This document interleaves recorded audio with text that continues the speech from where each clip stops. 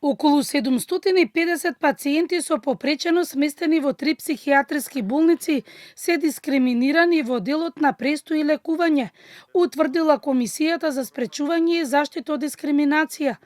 Анонимната пријава на пациент од психијатриската болница Демир Хисар за условите во болницата дека ги возат со товарно возило, без свеж кислород, прозор, клима, уред и светлина, а единственото санитетско возило е неисправно и во употреба подолг период, било аларм да се проверат условите во психијатриските болници. Тие ја констатираат точно фактичката состојба, значи воопшто не кажа погрешни податоци.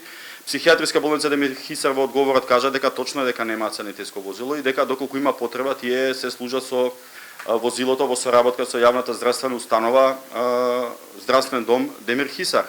Исто така кажуваат дека лицето кое што било задолжено за фризерски услуги за одржување на хигиената има завршен договор на 31.12.24 дека во 25-та нема такво лице и дека во план е да се вработи. Од комисијата објаснуваат дека и самите болници потврдуваат дека условите се под секое достоинство и дека вработените исто така се дискриминирани. Еден вработен одговорен и за 4 пациенти, некогаш и со повеќе пациенти со оглед дека по дежурство имаат регуларно слободен ден. Во болницата во Демир Хисар има 86 медицински сестри, од кои повеќето се со несоодветно образование, гимназија, земјоделско или средно економско. Таму има сместени 262 пациенти.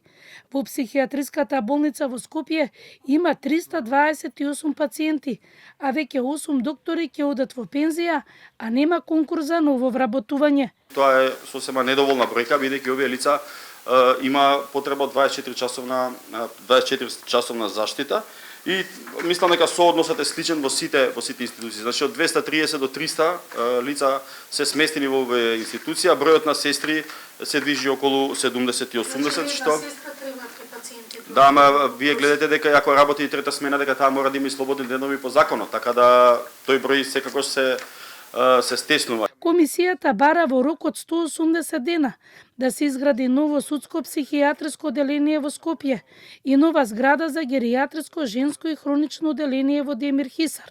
Ако барањата на комисијата не се остварат, тие велат дека на суд ќе ги дадат Министерството за здравство, 3 психијатриски болници и Министерството за финансии.